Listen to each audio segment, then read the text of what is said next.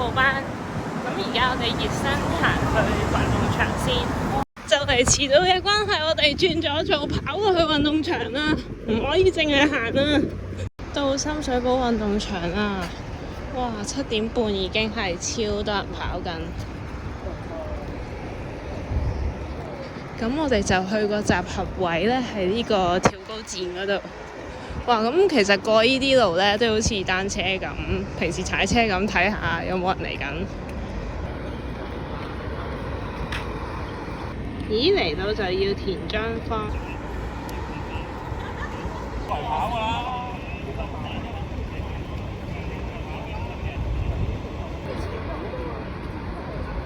我哋啱啱黐咗個貼紙啊，方便認人。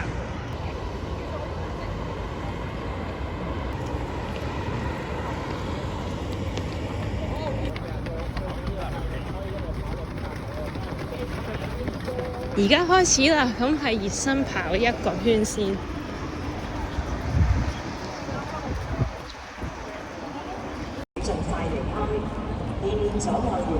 日我哋揸住電話影相，係咪揸住電話跑步？跑道是特別給緩步跑人士使用，如非緩步跑，請勿停留在跑道上。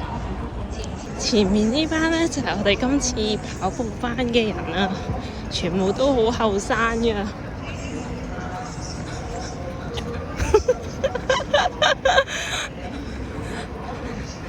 暫時好溫馨啊個 pacing。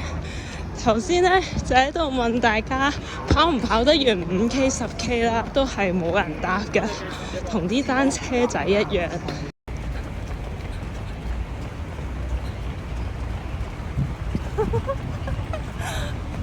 好串啊！呢條友超串啊佢。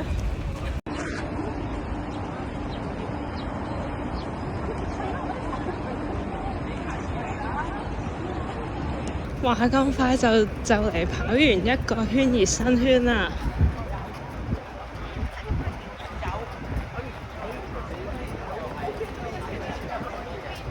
超多跑步班啊！今日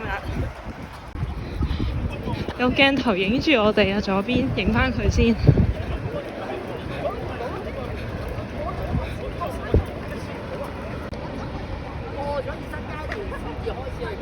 你有腳本去做，幾踏低呢？幾踏低啊！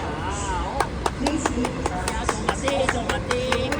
頭先做完呢啲動作，跟住而家又再跑1個圈。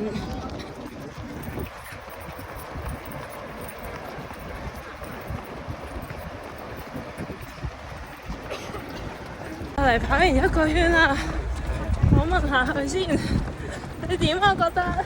不接受。I 人表示佢不接受訪問喎。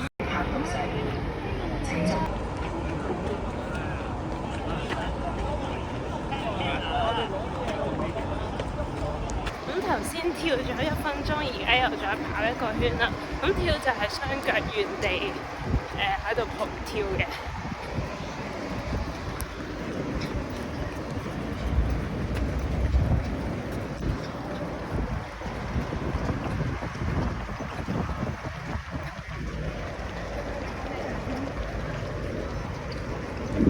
就嚟跑完1個圈啦！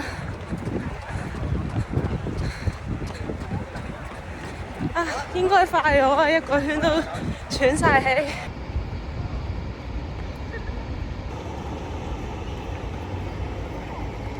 而家做另一個動作，原地踏步。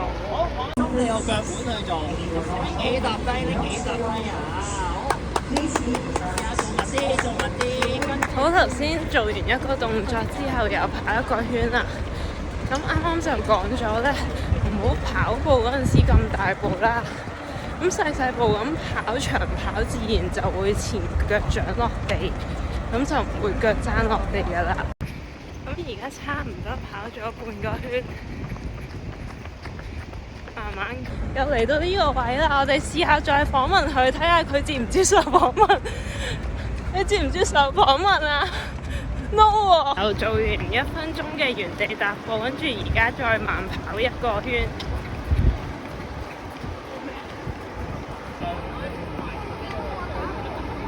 練一個動作係訓練大家收腳嗰陣時唔好即係跨得太遠啦，收翻喺自己身體下方咁樣，但係都幾難掌握㗎。